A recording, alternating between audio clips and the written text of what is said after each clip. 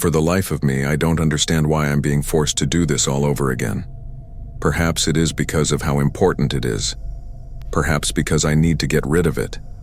I tell myself if only I got it down in writing, then at last it would leave me alone, scratching at my head on my head like some famished beast. But deep inside, I know I'm lying. Certain stories refuse to let you escape. They leave their mark on your soul. It started one cold November evening in Murphy's, a miserable pub between two rundown brick buildings. It was the kind of pub where you'd never find yourself there by mistake if you had anything to say about it. The neon sign fought as if with its dying breaths, the light too weak to push away the darkness that whirled about it. Within, the air hung thick with stale beer, flat whiskey, and despair that infects men's marrow who drink to forget.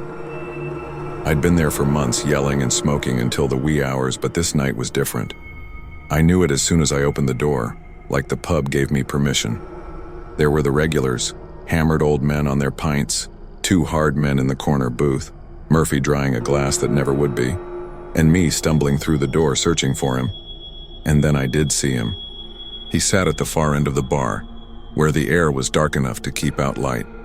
Chin low, nose in the brim of his hat. Something wasn't quite right about him. Not flamboyantly. Enough to make hairs at the back of my neck race up in fear. He wasn't drinking, he wasn't even breathing, he just sat as still as a corpse. I attempted to turn my head away from him as far as I could, but I couldn't. My eyes would find themselves returning to him over and over again, like a moth is irresistibly drawn to the flame. There was a void in him, a void that was making my stomach turn over, and just when I was fighting the urge to look away, he raised his head. His eyes, if you could even say that, weren't normal. They were black, blacker than black, like they just went and kept going, like something was poking through in there under like a mask. And he was smiling. Not a natural one. Not the kind you wear when you're smiling or laughing. This wasn't that. This was stiff, slow. A smile that shouldn't be on a human face.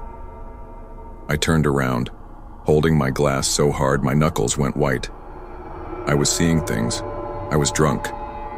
But when I looked again, he was closer, sitting, gazing, still smiling. But he'd gotten up. I could have sworn I hadn't missed it. No way you can slip out that fast so quietly. I swallowed a vile mouthful. I asked Murphy, the rest of the others in the room. None of them had seen anything. I could tell myself, go, rise up and go. I did not, could not. My body disobeyed orders. Minutes, perhaps hours had passed. The clock on the wall continued ticking. The taste was gone from the liquor. The noise of the bar faded away as though I were drowning and heard everything. Then he was by my side. I had not seen him stand. I blinked, and he was there in front of me. Rotting, foul-smelling decay clung heavily to him in the air. I rotated the head slowly about him, not wanting to make any sudden motion. He smiled again. I gazed at him more intently. Tight skin stretched taut over his bones, cracked, dry lips that split at the sides, and his eyes, black, empty holes. He moved closer, and I swear the air chilled. Bar didn't say a word now. Air too thick to breathe. Do you see me? They weren't said. They were felt, creeping into my ears, beating in my blood. Couldn't answer, couldn't blink, couldn't breathe. Then, just as suddenly as it began, it stopped. Bar din in my head. Laughter, clinking ice, buzz of voices. Stool beside me was vacant. Air warmed again. I glanced at Murphy. He grumbled once more over the same stinkin' glass. See this what this man did? I rasped, prying apart in my broken voice. Murphy glanced over at me. What man? I swallowed and glared at the bikers, the old ones. No one seemed to have even noticed. I was losing it, I thought. I staggered out of the pub, darkness greeting me in the face. I reminded myself that I was drunk, seeing things. I knew better. And proof presented itself the next night, and the one thereafter. He just continued to appear. Wherever I happened to be at that bar, there he would appear, always lurking on the edge of my awareness, always closer when I drew back. And never did anyone else appear to see him. I didn't sleep. Night after night I vowed I'd never return again. And night after night I drifted toward Murphy's door as if irresistibly attracted thereto. And one evening, he wasn't sitting on the bar stool. He was standing outside on the sidewalk. I ran. I don't really know how I made it home. But once I had closed the door behind me, I knew every inch of my body, how it was not done yet. I don't go back to Murphy's. Doesn't matter. He still seeks me out. In my mind, in the dark, in the not home in between. He is sitting beside me at the moment as I sit and write, smiling. And I wonder if he is with me. I have no idea when I slept, but I did. Because I woke up in darkness. Not darkness of the sort where you become accustomed and form is felt in darkness. No, night had invaded my bedroom like a homebody.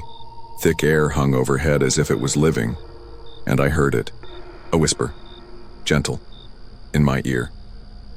You see me. Felt chilled all over. Did not breathe, did not stir, but knew. A figure, at the end of my bed, grinning, waiting. The room shifted in composition. The room was cold. Then the bed creaked, like something landed upon it. I squeezed my eyelids shut tighter, willed myself awake, to scream, but roll over. Then, nothing. For minutes, maybe hours, nothing. Nothing but the slap of my own heartbeat in my own skull. And then I sensed something. Cold, wet, stink breath on the side of my face. Near, closer. I have no idea what happened afterwards. Maybe I passed out. Maybe my brain just called it a day. I do know that when I woke up, the room was empty, other than the closet door, which was open, and I swear that I could see something moving in there, still smiling. And then the creaking of the front door opening downstairs, and I knew. He wasn't gazing anymore either now. He was inside, and he was waiting for me to glance at him once more.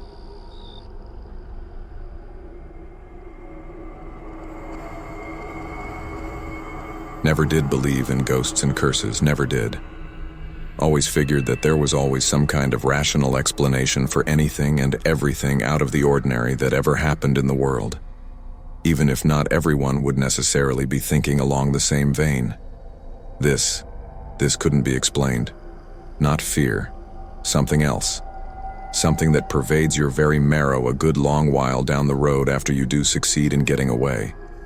In the event that you did somehow succeed in getting away.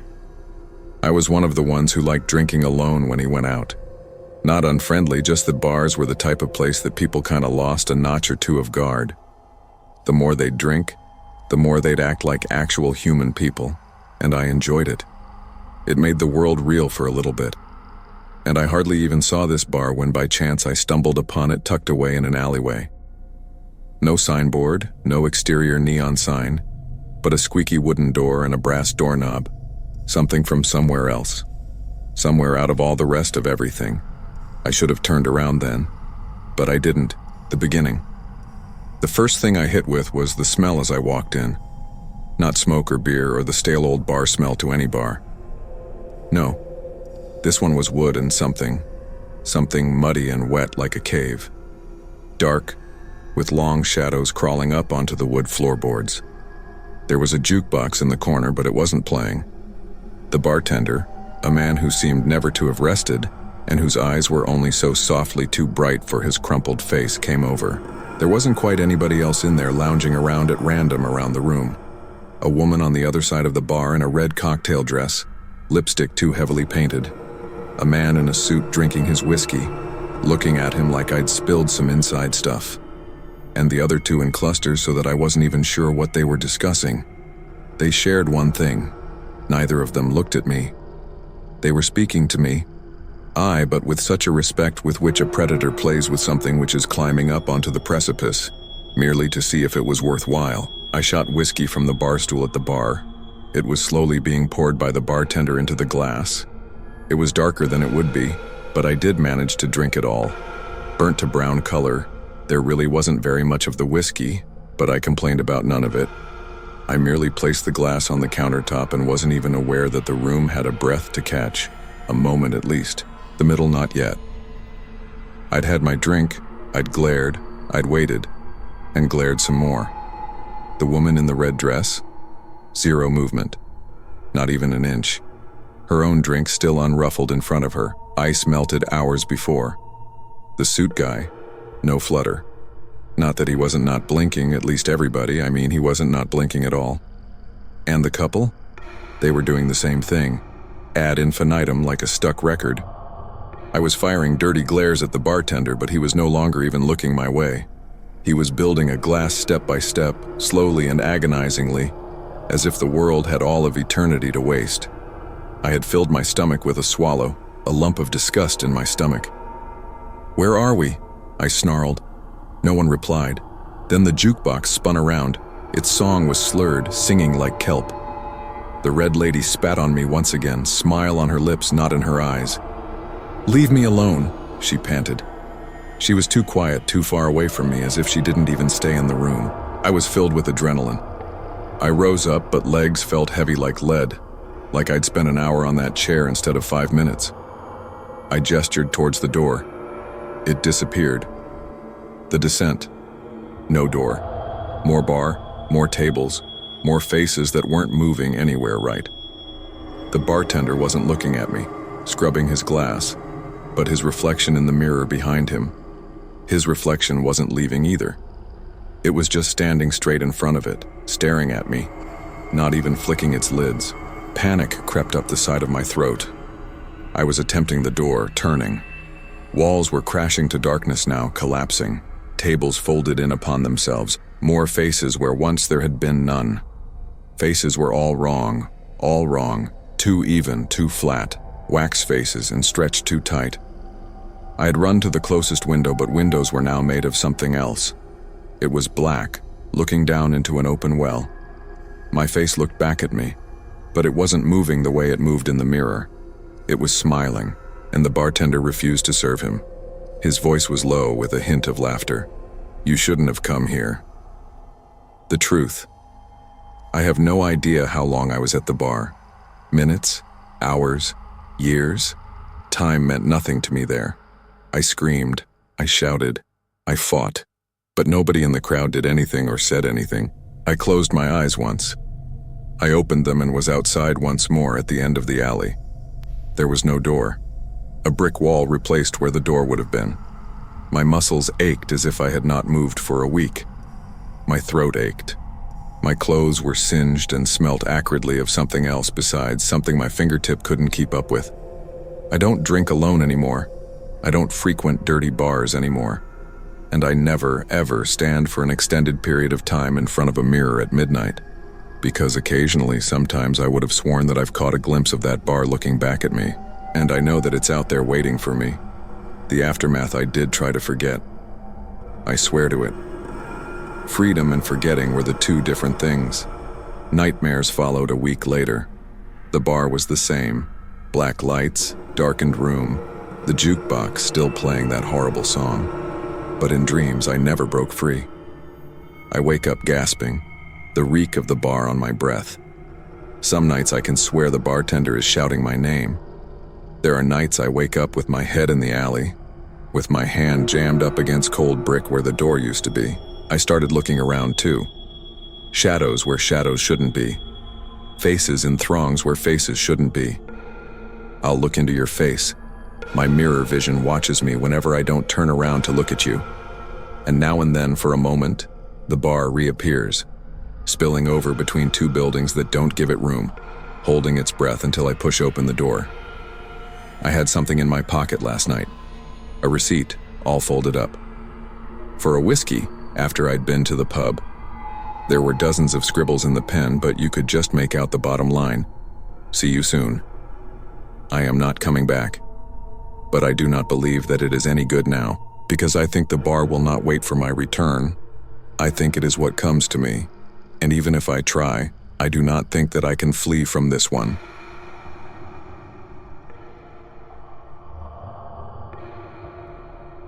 Driven my whole life, trucks, odd jobs, whatever gets me by. Never stuck around long enough, never got roots in the dirt. Maybe that's why I saw what I saw. Maybe that's why it ran into me. I don't drink at bars, never have. But that evening? That evening was the exception. I had been driving for hours, riding along the rural roads of some nowhere town. That type of place where the streetlights flicker on and off, and the gas pump guy looks at you like you're already dead. I had been passing through, searching for somewhere to close my eyes before starting the long ride home. This is where I noticed it. Hammond's Bar. A neon sign whirred overhead of the entrance, a greenish red light spilling onto the cracked sidewalk. No cars in the parking lot, no sound of music bleeding out. Only the whine of the sign and the creak of a swinging door. Something in my gut was insisting I walk around and head back down the road, but my brain was insisting that I was paranoid. I wanted a drink, or to be talked to, something to chase away the shyness in my body. So I went in. The air within was musty, wood and dust, but there was another underlying scent to it, one that I couldn't quite pinpoint, a smell of pennies and damp ground. The bar was deserted, apart from the bartender, a bony thin man with hollow cheeks and eyes too dark to see where they began. He nodded slowly at me, as if anticipating. "Drink?" he said. I hadn't heard him in so long, as if he hadn't made a noise for days. I nodded. "Whiskey. Straight." He poured it methodically, staring at me the entire time. I should have run out there in an instant, but I accepted the glass, raised it to my mouth, and downed it. And that's when things began to go awry. The room leaned, just a little. Lights blinked like electricity was about to be turned off.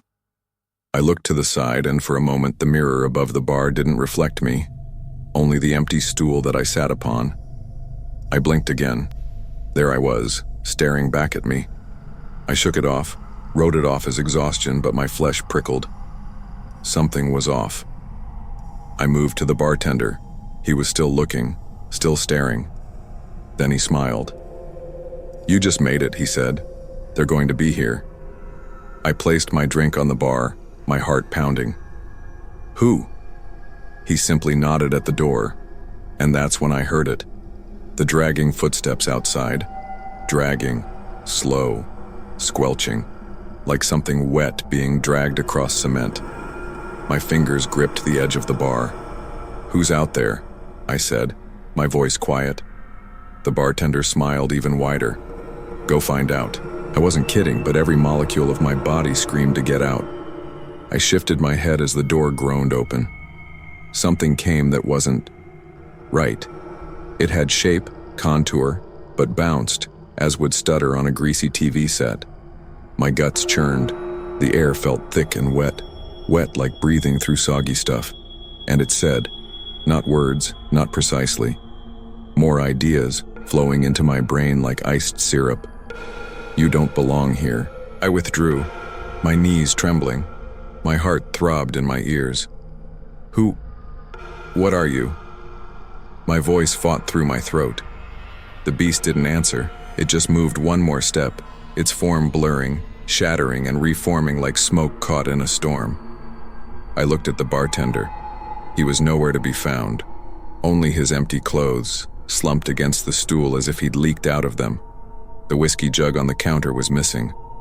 The glass in my own hand, on the rocks, and empty.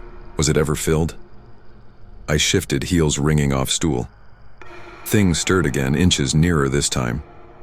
Smell of pennies was pungent.